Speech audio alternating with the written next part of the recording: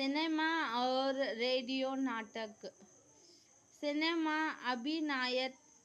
अभिनयात्मक मनोरंजन के क्षेत्र में அபிநயாத்மக்னா நம்ம நடிக்கிறவங்க கூட அந்த இன்ஸ்பயர் ஆகுது, மனோரஞ்சனா மனதை இயக்கக்கூடிய க்ஷேத்திரமாக சினிமாவும் ரேடியோ நாடகமும் இரண்டும் நமக்கு வரமாகவே இந்த நவீன யுகத்தில் கிடைக்கப்பட்டிருக்கிறது. தேனுனா வரம், नवीन युगना न्यू जनरेशन, न्यू रेडियो नाटक மற்றும் सिनेमा और इन्होंने जनता में लोकप्रियता भी प्राप्त कर ली है. இவைகள் இரண்டுமே ஜனதானா மக்களுக்கு, லோகப்பிரியதானா உலகளவில் விரும்பக்கூடியதாக கிடைக்கப்பெற்றுள்ளது. नाटक में जहाँ सजीव स्त्री पुरुषों द्वारा वास्तविकता की अनुकृति की जाती है.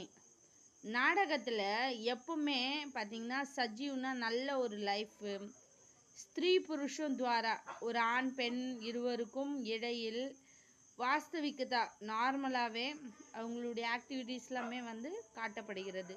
वहाँ सिनेमा में अनेक छाया लोकमय चलचित्र दिखाई जाते हैं.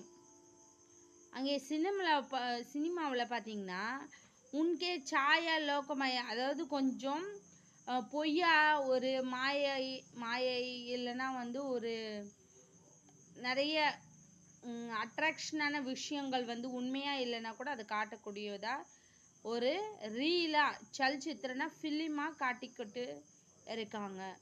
ஜின்கே துவாரா அவைகள் வழியாக மௌகிக் அபிநய, மௌகிக்னா வாய்மொழியான நடனமும், அபிநயனா ஆக்ஷன் भी होता है. सिनेमा में दृश्य विधान की प्रधानता रहती है. சினிமாவில் காட்சி முக்கியமானதாக காட்டப்படுகிறது.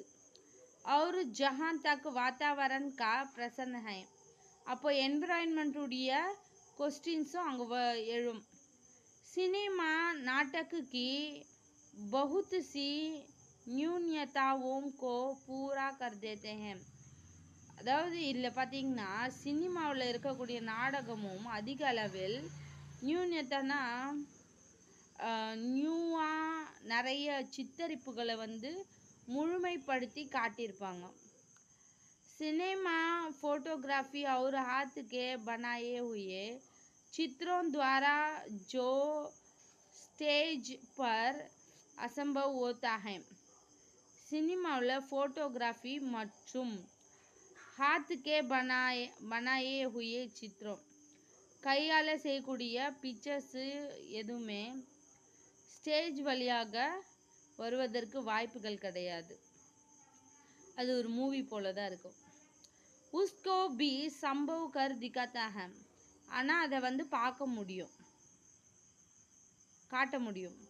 किंतु सिनेमा और नाटक में अंतर है. ஆனால் சினிமாவும் நாடகமும் டிஃப்ரெண்ட்டானது தான். नाटक पढ़े और देखे दोनों ही जाते हैं. நாடகத்தை படிக்க முடியும், பார்க்க முடியும், இரண்டுமே செய்ய முடியும். சினிமா के लिए जो सिनेरियो लिखे जाते हैं, அது காட்சிகளாக எழுதப்பட்டிருக்கும். वह केवल पट पर दिखाई जाने के लिए ही होते हैं. அது ஆனால் திரையின் மீது மட்டுமே காட்டப்படுகிறது. इसलिए सिनेरियो में दृश्यों को आकर्षक और मनमोहक बनाने की ओर अधिक ध्यान दिया जाता है. அதனால் சீன் வழியாக, அதாவது காட்சிகள் வழியாக காட்டப்படுவதனால் ரொம்ப அட்ராக்ஷனாகவும் மனதை கவர்ந்து இழுக்கக்கூடியதாகவும் பிடித்தமானதாகவும் இருக்கணும்னு அதிகமாக அதில் கான்சன்ட்ரேட் பண்ண